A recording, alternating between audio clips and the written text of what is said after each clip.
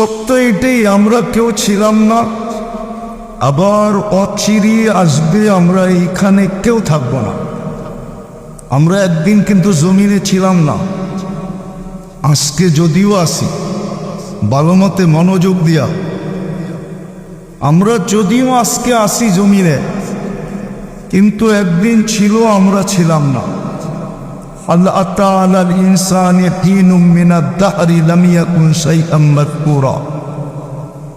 কুরআন আমাদেরকে বুঝাইতে চায়, আল্লাহ রসুল আমাদেরকে বুঝাইতে চায়, বাধ্য করতে চান না। আল্লাহ যদি বাধ্য করতেন আর ইচ্ছা স্বাধীনতা যদি আমাদেরকে না দিতেন তো করার কিচ্ছু ছিল না। জিবরিল আলাইহিস সালাম বড় বিশাল, ফাইদা রাসুহু ফাওকা সাবঈ সামাওয়াত, মাথা উঁচা করলে 7 আকাশের উপরে চলে যায়। রিজলুহু তাহতা সারা, পাও প্রসারিত করলে অথই তলদেশে চলে যায়। সিত্তু মিয়াতু জানা, 600 ডানা। লাউ কাশাফা জানা হাইলা গাত্তাল মাশরিক ওয়াল মাগরিব, 2 ডানা প্রসারিত করলে 2 সীমান্ত ঢেকে দেয়। ওনাকে আল্লাহ ইচ্ছা স্বাধীনতা দেন নাই, ইচ্ছা স্বাধীনতা ওনাকে দেন নাই। এরকম কোন সৃষ্টিকে আল্লাহ ইচ্ছা স্বাধীনতা দেন নাই, শুধু আপনাকে আমাকে ইচ্ছা স্বাধীনতা দিয়েছেন। কোন সৃষ্টিকে আল্লাহ ইচ্ছা স্বাধীনতা দেন নাই। এই জন্য তো আল্লাহ বলছে উনজুর ইলাস সামাই ওয়া ইরতিফাইহা, মাঝে মাঝে আকাশের উচ্চতাটা দেখিস। তারাউনাহু বিগাইরি আমাদ, তুমি কোথাও খুঁটি পাবে না। আমি দাঁড় করায় রাখছি, এক সুতা নিচে নামতে দিই না, চাই যত ওজন হোক, চাই যত বিশাল হোক। আল্লাহ বলে ওটাকে ইচ্ছা স্বাধীনতা দিই নাই, আমার হুকুমের উপরে দাঁড় করায় রাখছে। তার এক জায়গায় বলছে ওয়াদাতু আমরি আলা সামাওয়াতি ফাস্তাকাল্লাত, আমার হুকুম আকাশে রাখতে দেরি, ওটা স্থির হইতে দেরি হয় নাই। একটা না, সাবা সামাওয়াতিন তিবাকা, একের উপরে একটা করে 7টা। তো কোরআন আমাদেরকে বোঝায়, আল্লাহ আমাদেরকে বোঝান, রসুল আমাদেরকে বোঝান। ওই দায়িত্ব আমাদের কাছে আসছে, এই জন্যই আমরা আপনাকে বুঝাইতেছি। মানে কোনো দরকার ছিল না একজন আরেকজনের পিছে পড়ার, কোনো দরকার ছিল না। উলামাদের দরকারই ছিল না আপনাকে বুঝানোর। রাগ হয়ে যাবেন, বলবো বলবো না, বইকে না। আপনাদের মসজিদের ইমামের বেতন কত? কয় লাখ টাকা? এই কত? এই মহল্লার আছে, এখানে অটো চালায়, জিজ্ঞেস করেন তো কয় টাকা কামায়? জিজ্ঞেস করেন, অটো চালাইলে ডেলি কয় টাকা কামানো যায়? কত? এভারেজ কত? 1000, ঠিক না? তাহলে হুজুরে 15-10,000 টাকায় চাকরি করে গেল। হুজুর কি পাগল? না অটো চালাইলে ইজ্জত যাবে? বলো হুজুরে, অটো চালাইলে ইজ্জত চলে যাবে? আবার গেছি আলী রাদিয়াল্লাহু তাআলা আনহু যদি শ্রম দিতে পারে, আলী রাদিয়াল্লাহু তাআলা আনহু যদি মজদুরি করতে পারে, এত প্রসিদ্ধ গল্প, প্রসিদ্ধ গল্প এটা।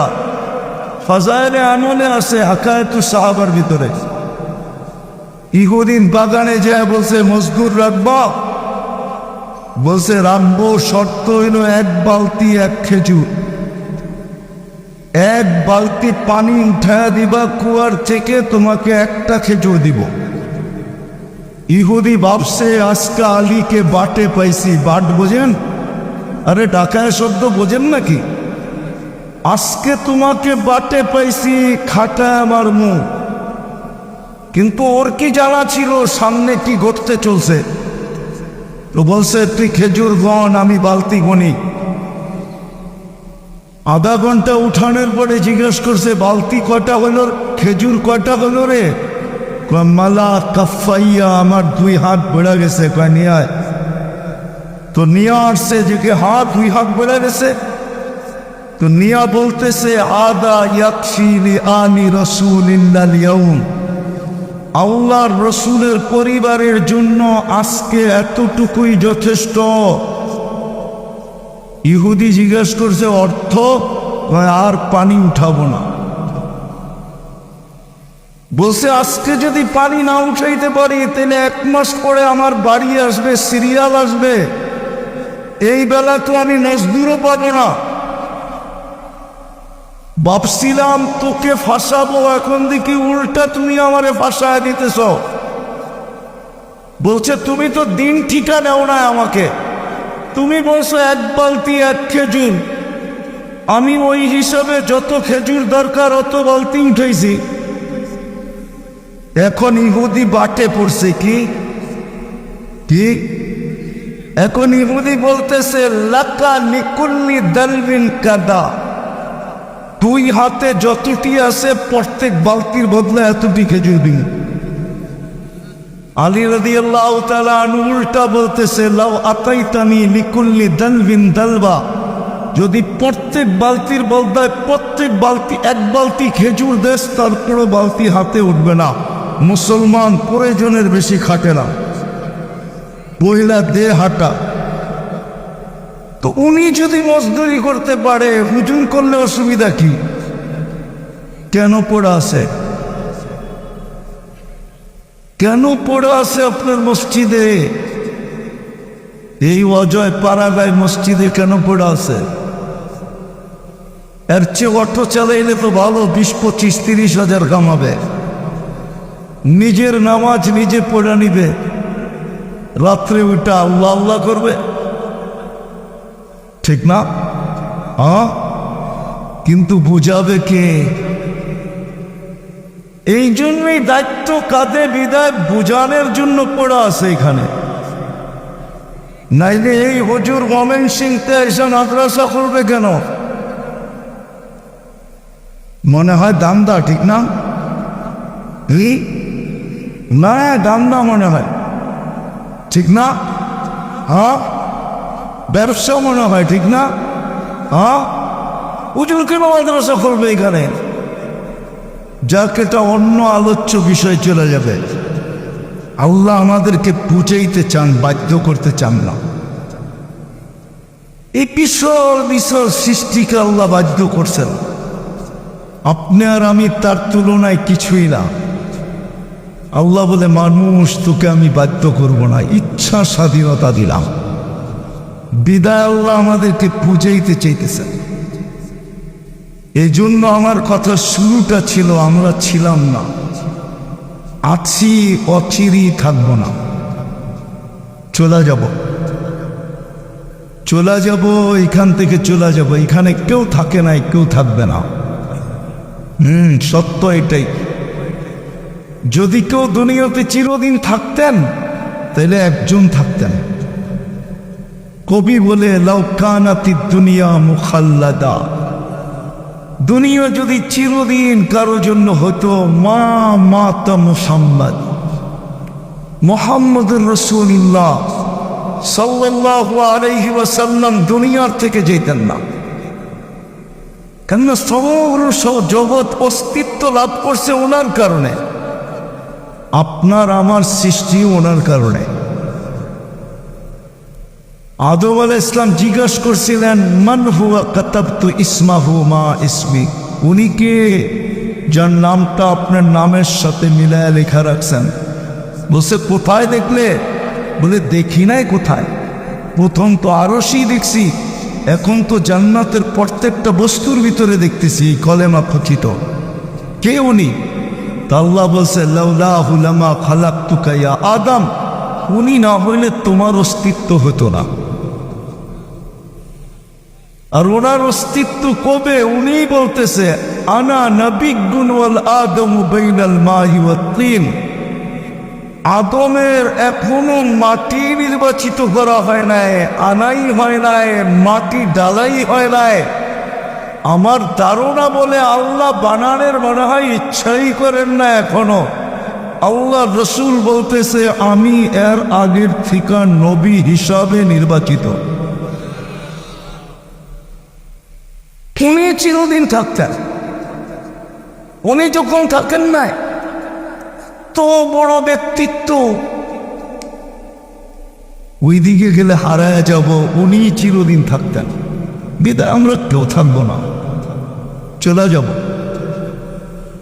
আর এটাও সত্য, আমরা এটা দেখতে দেখতে অভ্যস্ত। শুধু শুনতে শুনতে না, দেখতে দেখতে, জানাজা পড়াইতে পড়াইতে, পড়তে পড়তে, দাফন করতে করতে আমরা অভ্যস্ত, ঠিক না? সত্য তো? আরে আমার কথা বুঝেন, সত্য তো?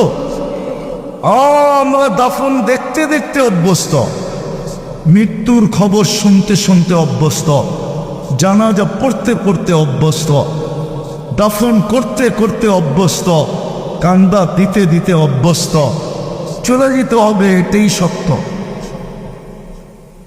চলে যেতে হবে। কিন্তু চলে গেলে চলবে না, গুছায়া নিয়ে যেতে হবে। কি? গুছায়া নিয়ে যেতে হবে। গুছাইতে পারলে আল্লাহ আমাদেরকে কিনবেন। অথবা আরেকটা শব্দ বলি, পরশ পাথরের ছোঁয়া লাগলে লোহা কি হয়? স্বর্ণ হয়, ঠিক না? স্বর্ণ মানুষ কি দিয়ে কিনে? টাকা। আমি বলি কাগজ দিয়ে কিনে, কাগজ, ঠিক না? টাকা কিসের? তো স্বর্ণ মানুষ কাগজ দিয়ে কিনে।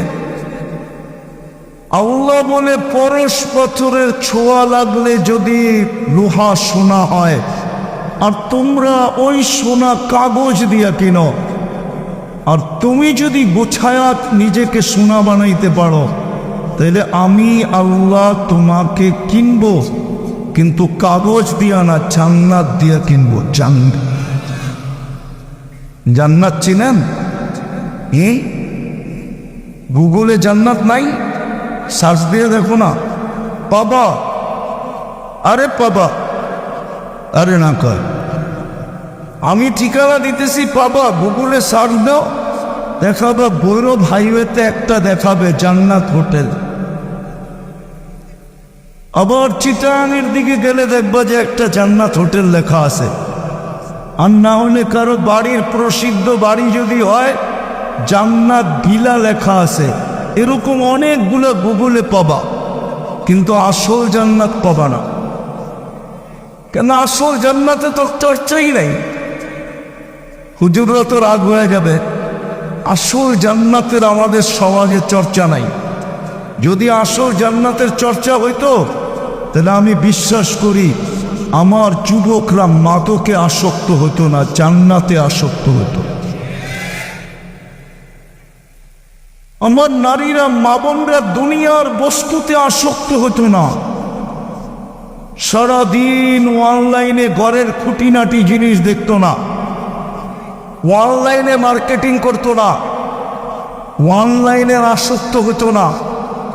আমার মা বোনরাও জান্নাতের আসক্ত হতো, জান্নাতের কসম। যেই মহিলার দিলে জান্নাত ঢুকছে, ও বৎসরে 4 জোড়ার বেশি 5 জোড়া কাপড় কিনবে না। পুরান কাপড় রাখার ওর কাছে কোনো আলমারি থাকবে না। বলে আপনার ঘরে আছে, আমার ঘরেও আছে, আমি ঢুকাইতে পারি না। 3 মাসে 1 জোড়া কাপড় কিনবে, 3 4 12, 4 জোড়ায় বৎসর শেষ। কেন? ওই মহিলা জানে জান্নাতে ওকে আল্লাহ কি পড়াবে। ও ও তো সারাদিন মুস্কি মুস্কি হাসবে আর হাত উঠে দোয়া করবে, কবে যাব আর এই জান্নাতের লেহেঙ্গা পরব। জান্নাতে আল্লাহ লেহেঙ্গা পরাবে মা বোনদেরকে। শুধু কুচি হবে 3 কিলোমিটার ঘেরের কুচি হবে, 3 কিলোমিটার ঘেরের কুচি পড়লে 3 কিলোমিটার ছড়াবে। আরে বুঝছেন, সুতা দিয়ে তৈরি না, নূরের থেকে সুতা, ওর থেকে কাপড়, ওর থেকে কুদরত দিয়া বানাবে লেহেঙ্গা। সাহাবা জিজ্ঞাসা করছে, ইয়া রাসূলুল্লাহ, এত বড় লেহেঙ্গা উঠাবে কিভাবে?